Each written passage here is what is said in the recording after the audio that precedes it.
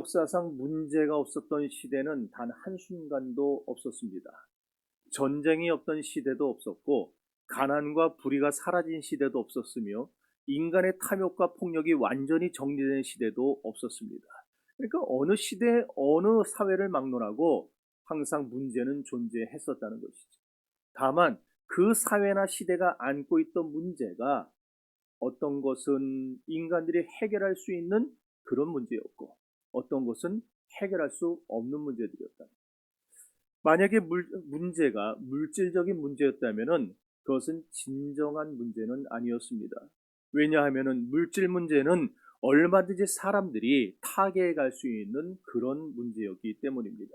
그래서 인류의 역사를 돌아보면 인류를 궁극적으로 무너뜨린 것은 가난이 아닙니다. 전쟁도 아닙니다. 그 자체가 아니고 물론 그것들이 사람들에게 고초를 주고 고통을 주고 불행을 준 것은 맞습니다. 그러나 그것들이 인류를 영원한 파국으로 몰아넣은 진짜 문제는 아니었다는 것입니다. 진짜 문제는 언제나 이거였습니다. 역사의 중심에 누가 계시느냐. 그렇습니다. 진짜 문제는 사람들이 역사의 중심에 누가 계시는지를 모르고 산다는 데 달려 있었습니다. 사람들은 본능적으로 역사의 중심을 사람 그 자체에 두려고 유혹을 많이 받습니다. 그래서 막연히 역사의 중심은 사람이다. 역사는 사람이 끌어간다라고 생각을 합니다. 그러다 보니까 정치가 발전하면은 세상이 나아지겠지. 또는 과학이 발달하면 인간의 미래가 좀 더 아름다워질 거야, 보장될 거야, 그런 생각들을 합니다. 그런 사람들은 인간의 지혜와 능력이야말로 역사를 움직이는 주체라고 믿는 것이죠. 그러나 성경은 이에 대해서 단호하게 말씀합니다. 인간이 인류 역사의 주인이었던 적은 단 한 번도 없었다고 말이죠. 역사의 주체는 언제나 하나님이셨습니다. 그러기에 사람이 역사를 이용하려 들 때마다 역사는 파괴되었습니다. 사람들이 자신을 역사의 중심에 두려 할 때마다 문명은 스스로를 갉아먹었습니다. 문제는 이런 역사인식의 차이에 따라서 인간의 삶의 의미가 달라지고 인간의 운명이 달라진다는 것입니다. 하나님 없는 역사의 운명은 인류 역사에 커다란 오점을 남겼습니다. 그리고 오늘날까지 수많은 부작용을 산출해내었습니다. 그러므로 우리가 어떻게 사느냐보다 더 중요한 것은 어찌 보면은 역사의 중심에 누가 계시는지를 아는 것이라고 할 수 있습니다. 성도 여러분, 여러분에게 묻고 싶습니다. 여러분은 역사의 중심에 누가 계시다고 생각을 합니까? 나는 다 100% 하나님 그럴 줄 알았는데 못하는 사람이 지금 절반은 넘잖아요. 역사의 중심에는 하나님이 계십니다. 인류 역사라고 인간이 주체가 되는 것이 아니에요. 인류 역사의 주체는 하나님입니다. 그래서 저 유명한 역사가인 아놀드 토인비 또한 이렇게 인정을 했습니다. 그는 역사의 연구라는 저 책에서 모든 역사는 그 껍질을 벗기고 나면 영적인 역사만 남는다라고 썼습니다. 역사의 주체가 사람이 아니라 바로 하나님이라는 사실을 동의한 것입니다. 성경도 이것을 증명하죠. 우리가 잘 아는 야고보서 1장 17절에 이렇게 말씀합니다. 온갖 좋은 은사와 온전한 선물이 다 위로부터 빛들의 아버지께로부터 내려오나니 그는 변함도 없으시고 회전하는 그림자도 없으시니라. 아멘. 그런가 하면 고난의 사람이었던 욥은 욥기 1장 21절에서 이렇게 말합니다. 이르되 내가 모태에서 알몸으로 나왔사온즉 또한 알몸이 그리로 돌아가올지라. 주시니도 여호와시요 거두시니도 여호와시니 여호와의 말씀이 찬송을 받으실지니라. 아멘. 이상의 말씀들은 세상의 모든 물질이나 세상의 모든 권력, 세상의 모든 행복은 역사의 주체가 되시는 하나님께서 사람에게 주시는 것이라고 우리에게 가르쳐 줍니다. 그러므로 사람이 역사를 이끌어가며 사람이 우주의 주인인 것처럼 생각하는 것처럼 잘못된 것은 없습니다. 역사의 주인은 하나님입니다. 하나님이 우리의 삶을 계획하십니다. 하나님의 섭리대로 이 세상의 모든 일들이 되어져가는 줄 믿으시기를 바랍니다. 일찍이 이사야는 하나님이 역사의 주체가 되신다는 사실을 이사야 45장에서 이렇게 선포했습니다. 나는 여호와라 나 외에 다른 이가 없나니 나밖에 신이 없느니라. 너는 나를 알지 못하였을지라도 지는 곳에서든지 나밖에 다른 이가 없는 줄을 알게 하리라. 나는 여호와라 다른 이가 없느니라. 나는 빛도 짓고 어둠도 창조하며 나는 평안도 짓고 환난도 창조하노니 나는 여호와라 이 모든 일들을 행하는 자니라 하였노라. 아멘. 보십시오. 이 세상의 행복은 하나님이 만드십니다. 이 세상의 평안도 하나님이 만드신 것입니다. 이 세상 삶의 모든 균형도 하나님의 뜻대로 움직여지는 것입니다. 오늘날 우리 생활의 주변에 일어나는 많은 일들을 언뜻 보면은요, 이 모두가 사람에 맞는 제도가 움직이는 것 같아요. 또는 그 나라의 군대의 힘이 움직이는 것 같습니다. 캄보디아와 태국이 붙었는데 지금 캄보디아 그냥 작살나고 있죠. 그냥 군사력이 태국이 세니까 이긴다 그렇게들 말합니다. 모든 이데올로기의 문제들도 다 사람들이 일으키는 걸로 생각을 합니다. 아닙니다. 우리 생활에 일어나는 이 모든 것들은 하나님이 그렇게 하시는 것입니다. 그래서 우리는 역사의 주도권을 주시고 이 세상을 섭리하시며 이끌어가시는 하나님 때문에 이 세상이 변화되어 가고 있다는 사실을 기억해야만 합니다. 크게는 한 국가로 일로부터 시작해서 온 지구촌에 이르기까지 하나님은 역사를 이끌어 가십니다. 작게는 한 개인의 가정과 개인 사이에 이르기까지 우연이 되거나 인간의 힘으로 되어지는 것은 없습니다. 그 시대마다 하나님의 역사로 나타나게 된 것입니다. 성탄은 바로 이 문제에 대한 가장 분명한 해답입니다. 성탄은 하나님이 누구시냐를 우리에게 설명해주는 절기가 아닙니다. 성탄은 역사의 중심에 과연 누가 계시느냐, 역사는 과연 누가 이끌어 가시느냐, 이것을 우리에게 결정적으로 선언하는 사건입니다. 보십시오. 마태복음 1장 1절과 2절입니다. 아브라함과 다윗의 자손 예수 그리스도의 세계. 아브라함이 이삭을 낳고 이삭은 야곱을 낳고 야곱은 유다와 그의 형제를 낳고. 아멘. 마태복음 1장 말씀을 분석해 보면은요, 1절부터 17절까지는 족보죠. 메시아 예수 그리스도의 혈통적인 배경을 소개를 해줍니다. 그리고 18절부터는 예수 그리스도의 탄생에 대해서 강조를 해주고 있어요. 근데 이 마태복음 1장과 신약의 처음은 마태복음 1장이고 구약의 처음은 어디예요? 창세기 1장이죠. 창세기 1장과 마태복음 1장을 대비시켜 보면은요, 재밌는 점이 하나 나옵니다. 창세기 1장은 세상의 물질 세계를 하나님이 창조하셨다라고 말씀을 하죠.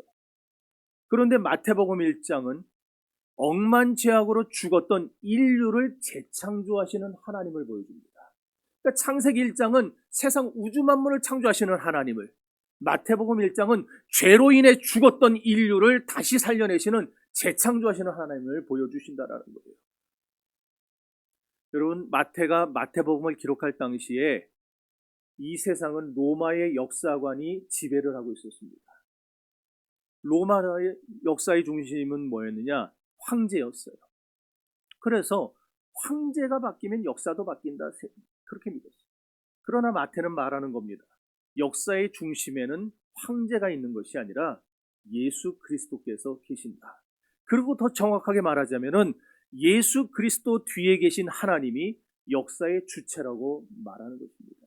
그리고 이것이 바로 우리 개혁주의가 붙들고 주장하는 바입니다. 그러기에 성경의 역사는 인간들의 수많은 선택이 만들고 누적시켜온 역사가 아닙니다. 그런 기록이 아닙니다. 성경이 말하는 역사는 하나님의 언약이 성취되어가는 구속의 역사가 되는 것입니다. 사랑하는 성도 여러분, 우리는 결코 역사의 주인공이 아닙니다. 착각하지 마십시오. 하나님의 손에 붙들린 도구일 뿐입니다. 그래서 마태는 예수님의 출생보다 먼저 예수님의 족보를 기록했던 거였어요. 마태는 여기서 의도적으로 두 사람을 내세우죠. 아브라함과 다윗.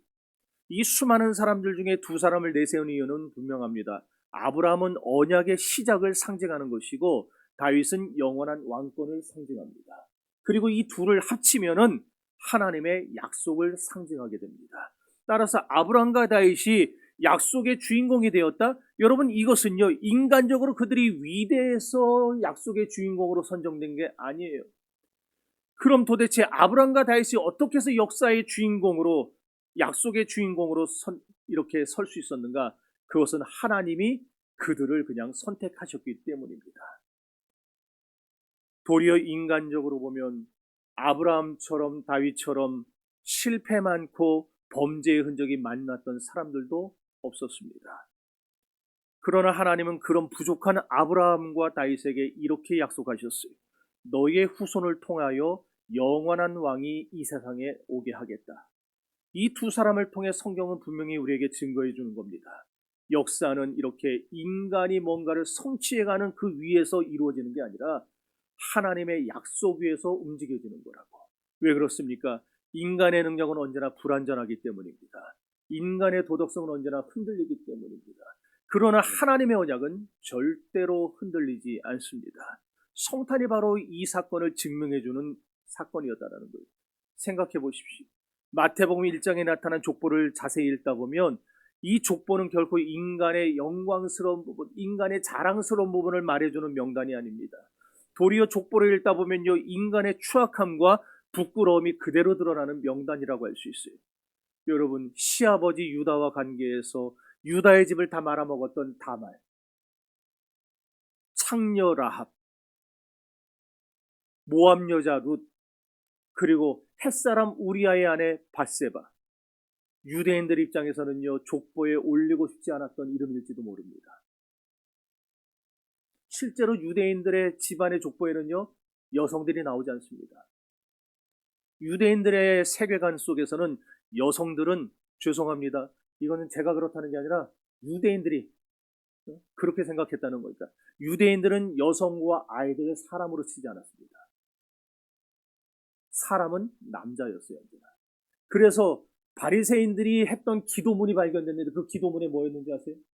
하나님, 나를 이방인이 아닌 유대인으로 태어나게 하신 것을 감사합니다.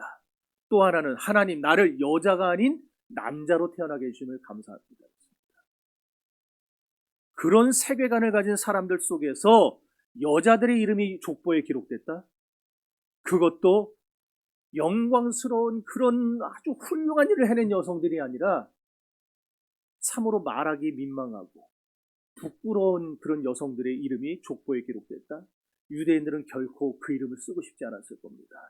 그런데 마태는 예수 그리스도 메시아의 족보를 밝히면서 그 족보에 이 네 명의 이름을 당당하게 써놓습니다. 이것이 우리에게 무엇을 보여줍니까? 예수 그리스도는 인간의 성별과 종족과 신분과 입장과 처지를 초월해서 창세전에 예정한 백성들을 구하러 오신 사랑의 하나님이라는 사실을 보여주기 위함입니다. 성도 여러분, 예수 그리스도는 깨끗한 역사 위에 오신 분이 아닙니다. 예수 그리스도는 죄로 얼룩진 역사 한복판으로 들어오셨습니다. 왜요? 하나님의 약속을 지키기 위해서. 그러므로 오늘 여기 있는 저와 여러분이 더럽고 추하고 부족하고 못나고 능력이 없는 것은 중요한 것이 아닙니다. 예수님은 이 죄 많은 세상에, 이 타락한 세상에 참으로 이름을 올리고 싶지 않은 여성들을 통해서 이 세상에 오신 것 같이 주님은 오늘 죄에 물들고 실패하고 아파하고 고민하고 문제로 끙끙 앓고 있는 우리들의 인생에도 주님은 찾아오시기를 기뻐하십니다. 성도 여러분, 그래서 고 박윤선 박사는 이 마태복음 1장의 족보를 해석하면서 이렇게 말을 했어요. 이 족보는 인간의 도덕적 발전을 보여주는 족보가 아니다. 하나님의 구속 역사가 죄를 뚫고 지나온 자취다. 그렇게 말을 했습니다. 그렇습니다. 우리가 실패하고 우리가 죄를 짓고 우리가 잘못했더라도 우리 하나님은 아브라함과 다윗에게 약속하신 대로 우리에게 찾아오셨습니다. 그리고 우리를 그 모든 죄악 가운데서 건져내셨습니다. 그러나 사랑하는 성도 여러분, 오해하지는 마십시오. 하나님이 죄 많은 우리를 찾아오셨다고 해서 우리의 죄를 정당화시켜주는 것은 아닙니다. 우리의 죄를 그냥 묵인해 주는 것도 아닙니다. 하나님은 죄는 사랑하시지만 죄는 미워하는 분입니다. 그래서 우리를 살려내시기 위해 하나님은 당신 스스로가 제물이 되어 십자가에 달려 죽으실 수밖에 없었습니다. 특별히 오늘 족보를 보면은요, 14대씩 끊어집니다. 진짜 유대인 족보는 이거보다 몇 배나 더 길어요. 그런데 그걸 다 빼버리고 일부러 14대씩 끊었어요. 그것도 뭘 기준으로 해서 끊었냐면은 바벨론 포로를 기준으로 해서 끊습니다. 이건 굉장히 중요한 의미입니다. 하나님은요, 범죄한 이스라엘을 공의로 심판하신다는 것을 보여주는 겁니다. 죄를 묵인하는 분이 아니라 죄는 반드시 심판한다는 것을 바벨론 포로를 통해서 우리에게 보여줍니다. 그러나 그 심판조차도 우리를 파멸시키기 위한 심판이 아니고 우리를 정화하기 위한 심판임을, 언약을 끊어내는 징계가 아니라 언약을 다시 살리기 위한 징계라는 사실을 보여줍니다. 이것이 하나님이 역사를 운영해가는 방식입니다. 다시 말합니다. 하나님은 죄는 반드시 심판하십니다. 그러나 은혜 또한 남겨놓으십니다. 그러므로 오늘 우리는 분명히 깨달아야 합니다. 내가 역사의 중심에 스스로 서려 할 때 나는 그 죄로 인하여 무너질 수밖에 없습니다. 그것이 성경이 가르쳐주는 거예요. 아담은 하나님처럼 될 수 있다는 사탄의 꼬임에 넘어가서 스스로 역사의 중심에 서려들었다가 에덴에서 쫓겨났습니다. 홍수 위의 사람들은 하나님처럼 되려고 탑을 쌓았다가 전 세계로 흩어지는 심판을 당하게 됩니다. 이스라엘은 자신들의 왕국을 하나님보다 앞세우다가 결국 왕국도 잃고 바벨론의 포로로 끌려가게 되었습니다. 중요한 것은 이 원리는 오늘날도 동일하다는 거예요. 국가도 교회도 개인의 인생도 마찬가지입니다. 중심이 하나님에서부터 사람으로 이동하는 순간 우리 삶에는 균열이 시작되고 멸망이 시작됩니다. 성탄은 이 흐름을 거꾸로 뒤집는 사건이었습니다. 인간이 하나님이 되려고 수도 없이 사람들은 시도했었는데 그 모든 시도와 반대되는 모습으로 하나님이 인간이 되어 이 세상에 오셨습니다. 인간이 하나님을 찾아가라 할 때마다 실패하고 무너지고 파멸하고 망가졌지만 하나님은 그렇게 해서 하나님을 만날 수 있는 게 아니라 하나님이 우리를 만나 주셔야만 우리가 하나님을 만날 수 있다는 사실을 보여주기 위해 주님은 직접 사람이 되어 이 세상에 찾아오셨습니다. 여기까지 마태복음 1장이 우리에게 분명히 말하는 한 가지 메시지가 있죠. 역사는 사람의 능력으로 유지되는 것이 아니고 하나님의 언약과 섭리로 유지된다는 것입니다. 그리고 그 섭리의 중심에는 언제나 예수 그리스도가 계십니다. 마태복음 1장은 이렇게 족보를 시작해서 18절부터 어느 한 가정에게로 초점을 맞추기 시작합니다. 요셉과 마리아 그리고 곧 태어날 아기 예수님에게. 이 장면은 그냥 요셉이라는 사람의 개인적 가정사를 보여주고자 함이 아닙니다. 역사의 방향이 어떻게 결정짓는지 그것을 보여주고자 함입니다. 1장 18절을 다시 읽어봅시다.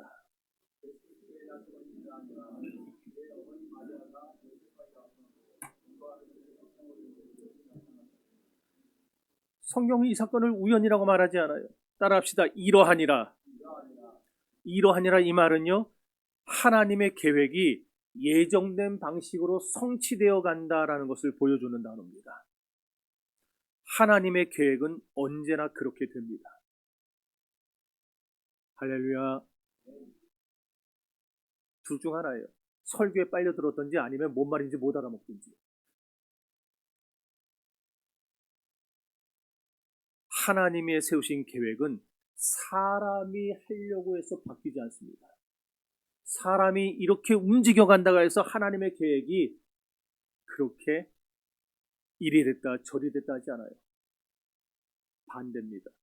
하나님은 하나님의 계획대로 우리를 바꿔가시고 우리를 만들어 가시고 우리를 그렇게 되도록 인도하십니다.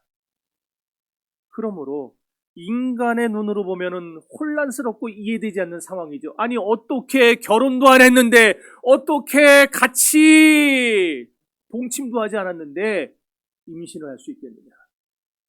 이해가 안 되는 상황입니다. 도저히 받아들일 수 없는 불가능의 영역입니다. 그런데 성경은 이런 요셉을 가리켜 뭐라고 했냐 하니까 요셉은 의로운 사람이라 그렇게 불러줘요. 여기서 의롭다라는 말은 착각하지 마세요. 착하다, 선하다가 아닙니다. 요셉은 착한 사람이야, 요셉은 선한 사람이야, 요셉은 성품이 부드러운 사람이야가 아니라 요셉이 의롭다라는 말은 요셉은 말씀을 존중하는 사람이라는 말입니다. 그 당시로 치면 율법을 존중하는 사람이란 말이었겠죠. 말씀에 순종하는 신앙의 사람, 그런 사람을 보며 의롭다고 성경은 말합니다. 그래서 요셉은 당시 기준대로 한다면 마리아를 고발했어야 돼요. 그래서 마리아는 바리새인들과 제사장들에게 끌려가서 율법사들에게 돌에 맞고 죽어야 됐습니다. 그러나 요셉은 그냥 가만히 끊고자 했어요. 이건 요셉이 공의와 자비 사이에서 굉장히 고뇌를 많이 했었다는 것을 우리에게 알게 해줍니다. 그리고 그 공의와 자비 사이에서 요셉은 자비와 사랑을 선택합니다. 근데 바로 그 시점에 하나님이 개입을 하시는 거예요. 1장 20절입니다. 이 일을 생각할 때에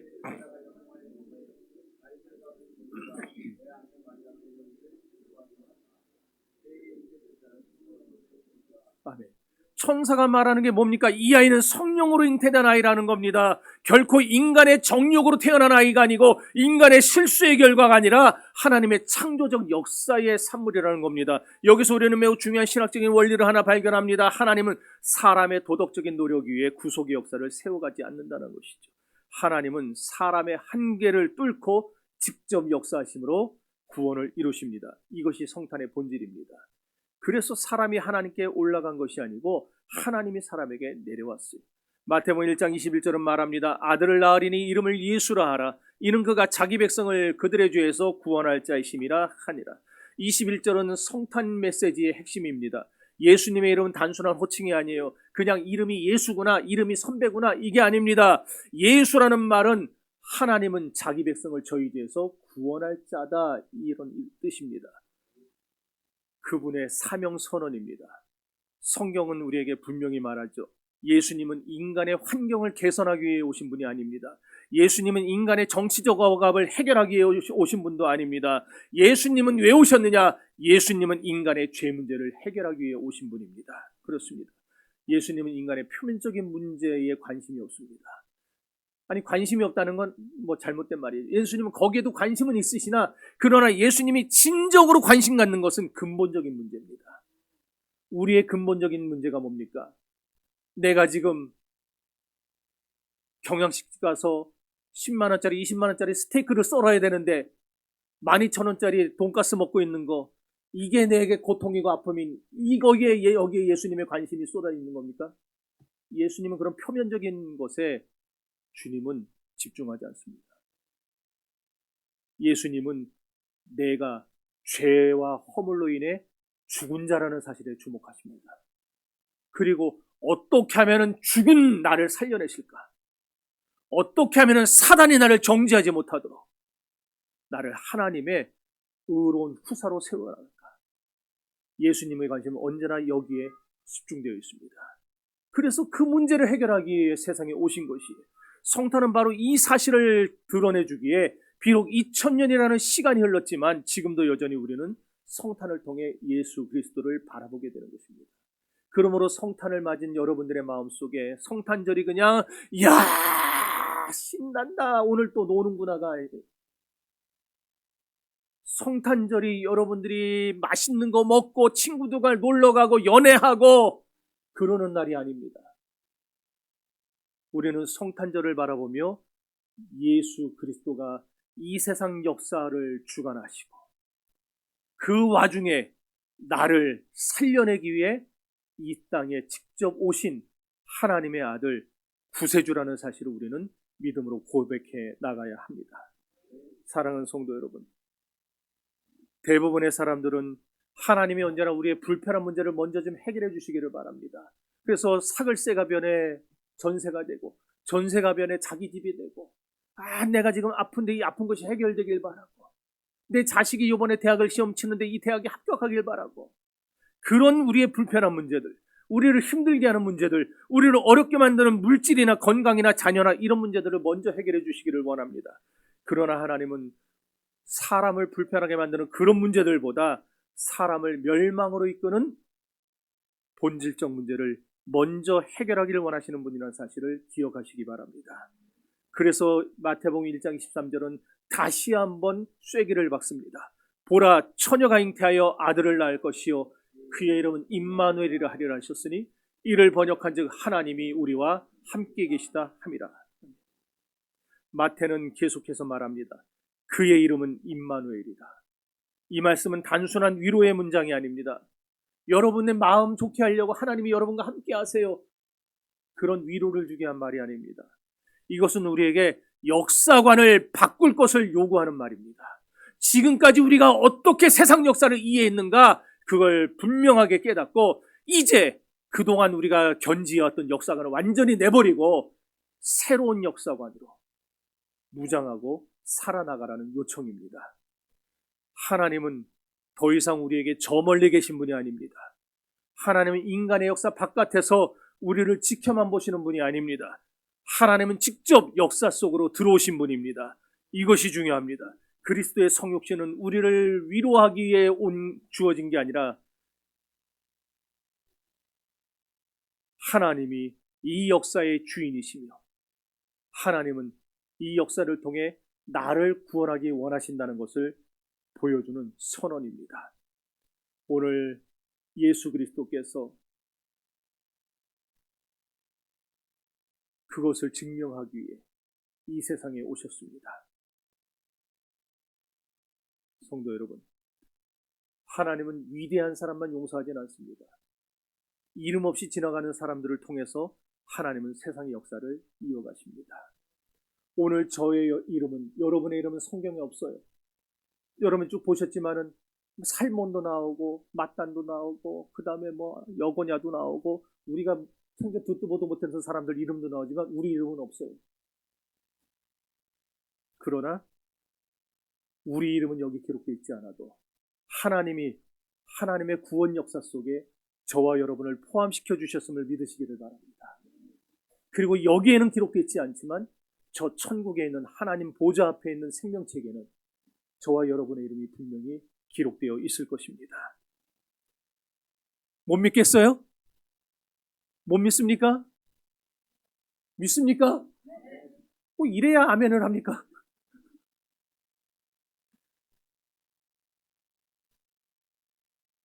그렇다면 이제 오늘의 결론이 나옵니다.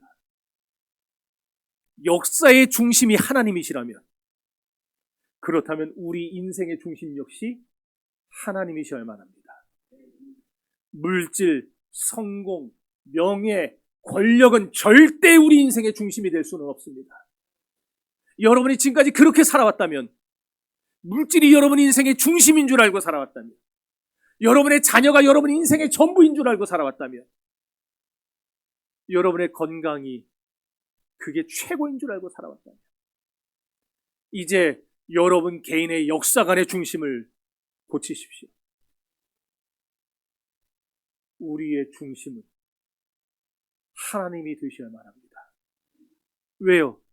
우리가 중심으로 삼고 살았던 물질과 건강과 자녀와 돈과 남편과 아내와 이 세상의 행복은 전부 흔들리는 것이기 때문이에요. 있을 때도 있고 없을 때도 있습니다. 다 가졌다 생각했다가 다 놓칠 때가 생깁니다. 그러나 우리 하나님은 흔들리지 않습니다. 주님은 어제나 오늘이나 내일이나 영원토록 동일하십니다. 그 하나님이 오늘 구주성탄의 계절에 이렇게 말씀하십니다. 아무개야, 역사의 중심은 하나님이다. 하나님은 인간의 행복을 위해 역사를 움직여 가신다. 하나님은 그런데 그 역사를 위해서 사람을 사용하신다. 하나님의 역사 운행의 중심은 예수다. 믿습니까? 그래서 우리가 예수를 붙들 때 거기에 해답이 있는 거예요. 하나님이 세상을 이처럼 사랑하사 독생자를 주셨으니 이는 저를 믿는 자마다 멸망치 않고 영생을 얻게 하려 하심이라. 예수가 오신 건 우리를 구원하기 위함입니다. 그리고 우리와 함께하기 위함입니다. 아들을 낳을 것이요 그 이름은 임마누엘이라 하리라. 이는 하나님이 우리와 함께 계시다 함이라. 이렇게 예수를 통해서 하나님께서 우리 죄를 속량해 주셨습니다. 그러므로 용서받고 구원받은 저와 여러분은 역사의 시대가 흘러갈 때에도 이제 오늘이 지나고 내일이 와도 이 금년이 지나고 2026년 새해가 와도 우리는 언제 어디서나 그 하루가 시작되는 그 시점에 우리를 구원하기 위해, 그리고 우리와 함께하기 위해 아들 예수를 세상에 보내시고 우리를 지켜가시는 하나님을 믿고 경배해야 할 것입니다. 성도 여러분, 다시 말합니다. 세상의 중심은 여러분 중심으로 흘러가지 않습니다. 물질 중심으로 돌아가지도 않습니다. 권력 중심으로 돌아가지도 않습니다. 역사의 주체가 되시고 주인이 되시는 하나님이 하나님의 영원한 뜻 가운데서 이 세상을 움직여가고 있다는 사실을 믿으시기를 바랍니다. 2000년 전 말구에 오신 예수 그리스도는 오늘 역사의 중심에 서서 역사를 움직여 가시는 살아계신 하나님이십니다. 이 구주성탄의 계절에 역사의 주체가 되시는 하나님을 다시 붙들고 그분의 섭리 안에서 안식하는 참된 성탄의 은혜가 우리 모두에게 있어지기를 주님의 이름으로 축원합니다. 다 같이 기도합시다. 역사의 주체는 내가 아니라